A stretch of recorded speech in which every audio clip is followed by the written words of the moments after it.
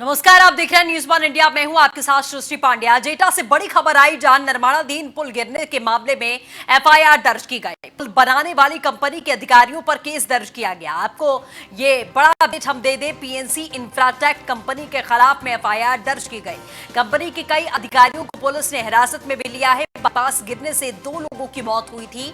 हादसे की मजिस्ट्रेट जांच के आदेश जारी किए गए। आपको बताएं, पीएनसी कंपनी पर जांच के बाद में कड़ी कार्रवाई की जाए, डीएम ने आदेश दिया है। पीएनसी कंपनी की लापरवाही से 2 लोगों ने अपनी जान गंवाई है। सवालों में पीएनसी की कार्यप्रणाली, हादसे के बाद में निर्माणाधीन फ्लाईओवर पर संकट, कई घटिया सामग्री इस्तेमाल नहीं करती थी कंपनी।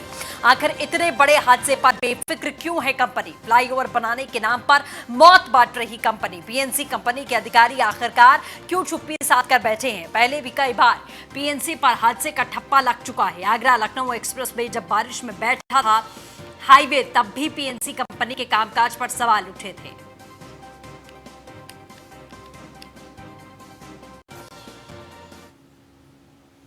तो तमाम सवाल हैं जो न्यूज़ 1 इंडिया यहां खड़े करता है कि आखिरकार एटा में हादसे का जिम्मेदार कौन है? क्या बाईपास निर्माण में हो रहा घटिया सामान का इस्तेमाल हर बार छोटे अधिकारियों पर कार्रवाई क्यों की जाती है? बड़े अधिकारियों पर कार्रवाई कब की जाएगी? पीएनसी कंपनी के खिलाफ में आखिरकार कार्रवाई कब होगी? क्योंकि एक कारनामा नहीं है, इससे पहले भी कई ऐसे मामले हैं जो सामने आ चुके हैं, लेकिन अभी तक कंपनी के सिर्फ और सिर्फ जो छोटे अधिकारी हैं, छोटे कर्मचारी हैं, उनके ऊपर ही कार्रवाई की गई है। अभी तक किसी भी बड़े अधिकारी के खिलाफ में कोई कार्रवाई नहीं की गई है, जो कहीं ना कहीं प्रशासन को भी सवालिया घेरे में खड़ा करती है।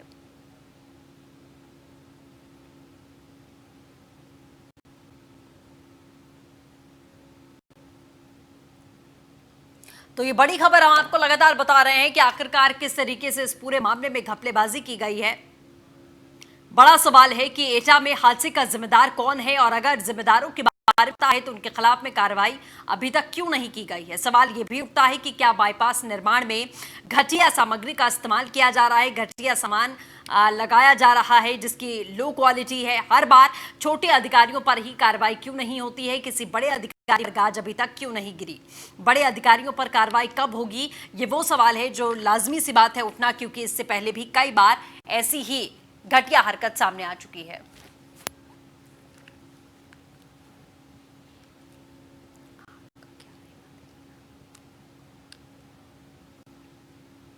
चलिए, कृष्णा आगरा से हमारे साथ में जुड़ चुके हैं, आरबी द्विवेदी एटा से हमारे साथ में जुड़े हैं। तो सबसे पहले कृष्णा का रुख करने से पहले हम आरबी का रुख कर लेते हैं। आरबी, जिस तरीके से लगातार सवाल खड़े हो रहे हैं कि इससे पहले भी पीएनसी कंपनी के ऊपर तमाम तरीके के सवाल खड़े हो चुके हैं। आप शायद मौके पर ही मौजूद हैं जहां पर वो पुल था।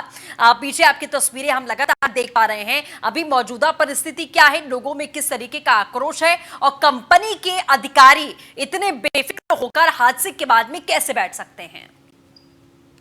जी शशि, आपको बताना चाहूंगा, मैं इस वक्त मौके पर मौजूद हूँ। हाँ। ये वही ब्रिज है जहां पर 2 लोगों की मौत हो जाती है। किस तरीके से यहाँ पर एक लापरवाही, पीएनसी कंपनी की लापरवाही सामने आई है, जिस वजह से 2 मजदूरों की और कई लोग इसमें मजदूर घायल भी हुए हैं। 2 लोगों की मौके पर जो रास्तागीर थे उनकी मौत हो जाती है।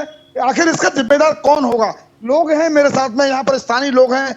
ये किस तरीके से इनके अंदर आक्रोश है इस बात को लेकर के, मैं इनसे बात करता हूँ। किस तरीके बताएंगे किस तरीके 2 लोगों की मौत हो जाती है?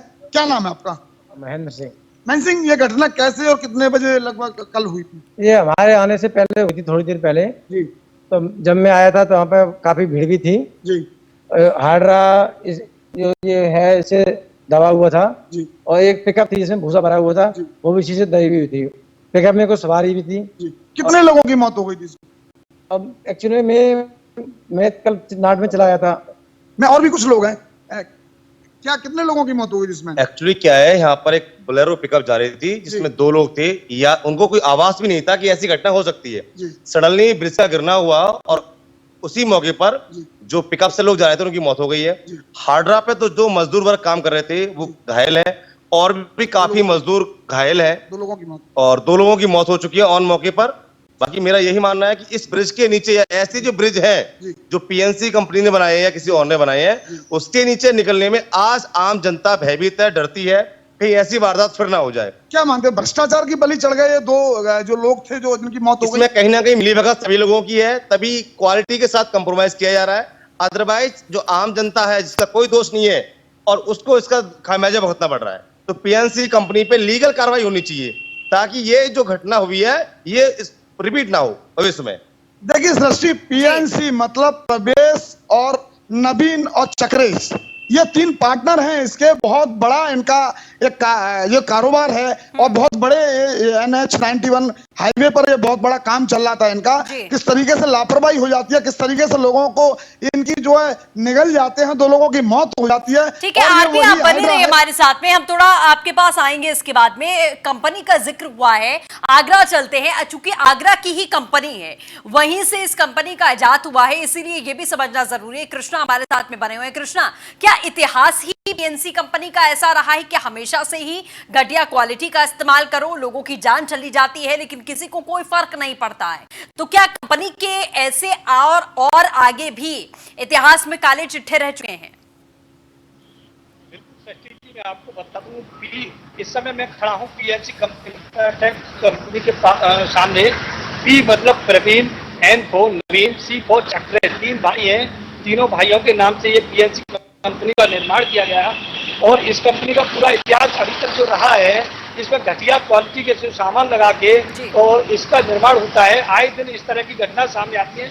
यह एटा का कोई मामला पहला ऐसा मामला नहीं है जो जिस तरह का मामला आया है। इससे पूर्व में भी पिछले साल भी इस तरह का एक निर्माण पीएनसी कंपनी ने किया था, उसमें भी इस तरह का बड़ा हादसा हुआ था, उसमें भी बड़ी घटना सामने आई थी। लेकिन सबसे बड़ा सवाल यह है कि पीएनसी कंपनी पर अभी तक कोई बड़ी कार्रवाई नहीं हुई, क्योंकि आगरा के महापौर नवीन जैन के नाम से पीएनसी कंपनी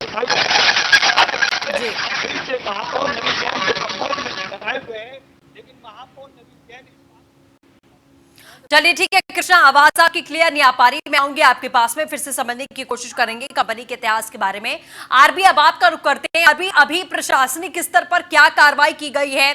डीएम की तरफ से, एसएसपी की तरफ से क्या इस मामले का संज्ञान लिया गया है? क्योंकि हमेशा छोटे अधिकारियों को बलि का बकरा बना दिया जाता है। ऐसा लगता है कि कंपनी में बड़े अधिकारियों को सांप सूंघ गया है, उनको कुछ मालूम ही नहीं है इस बारे में।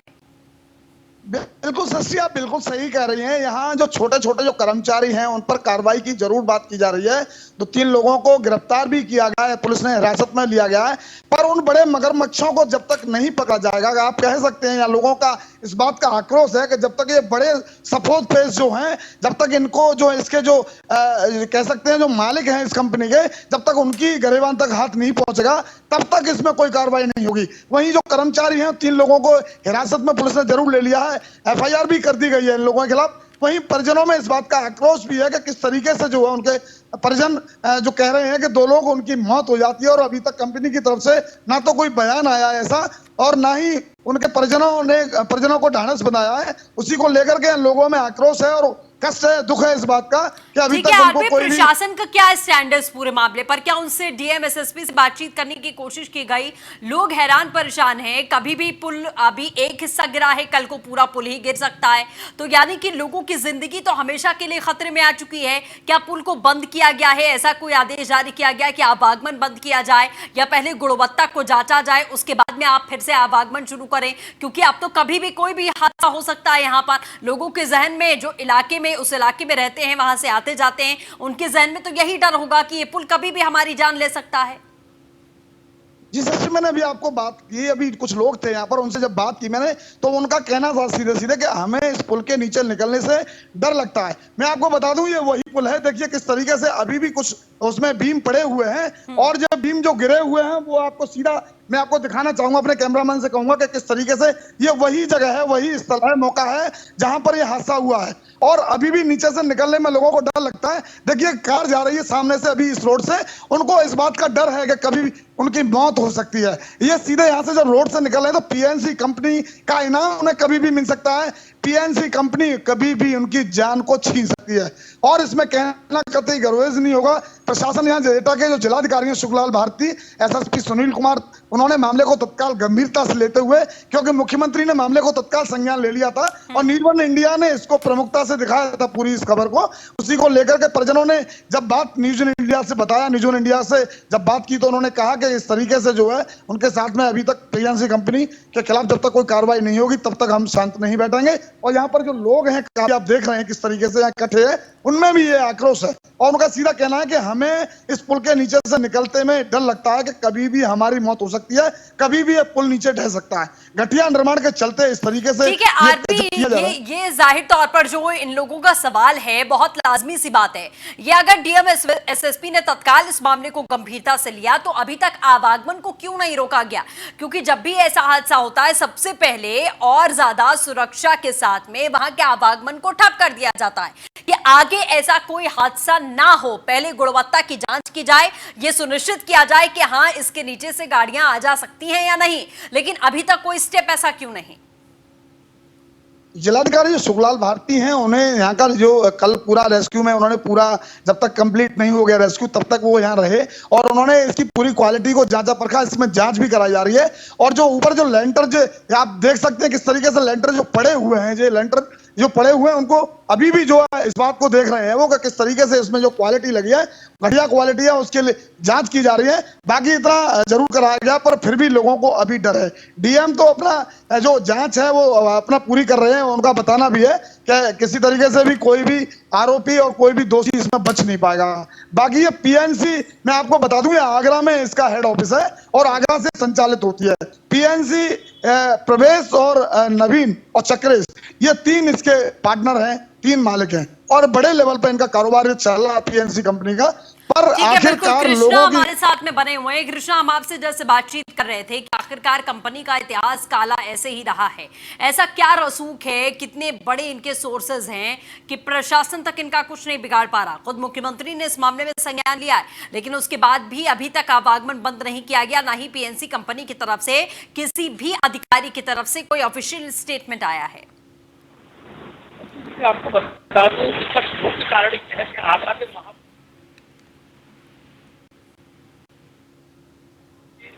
इस बार ये जिस समय ये चुनाव से पहले जिस तरह से कार्रवाई होती है, पीएनसी कंपनी इतने बड़े रसूखदार बताए जा रहे हैं और महापौर इतना रसूखदार है और सभी लोगों का कहना है कि महापौर पर इस तरह से कोई बड़ी कार्रवाई देखने को नहीं मिलेगी। और इससे पहले भी कई मामले ऐसे हुए जिस तरह से कोई भी कार्रवाई नहीं हुई और महापौर इस बात से आज पूरे दिन बचते हुए नजर आ रहे हैं कि पीएनसी कंपनी मेरे नाम से, मैंने शपथ देने के बाद अपनी पीएनसी कंपनी को अपने छोटे भाई के नाम कर दिया। सबसे बड़ा सवाल यह है कि चाहे पीएनसी नवीन जैन के नाम से हो, चाहे उनके छोटे भाई चक्रेश जैन के नाम से हो, कार्रवाई सभी लोगों के ऊपर बनती है। जो नियम है वो नियम होना चाहिए।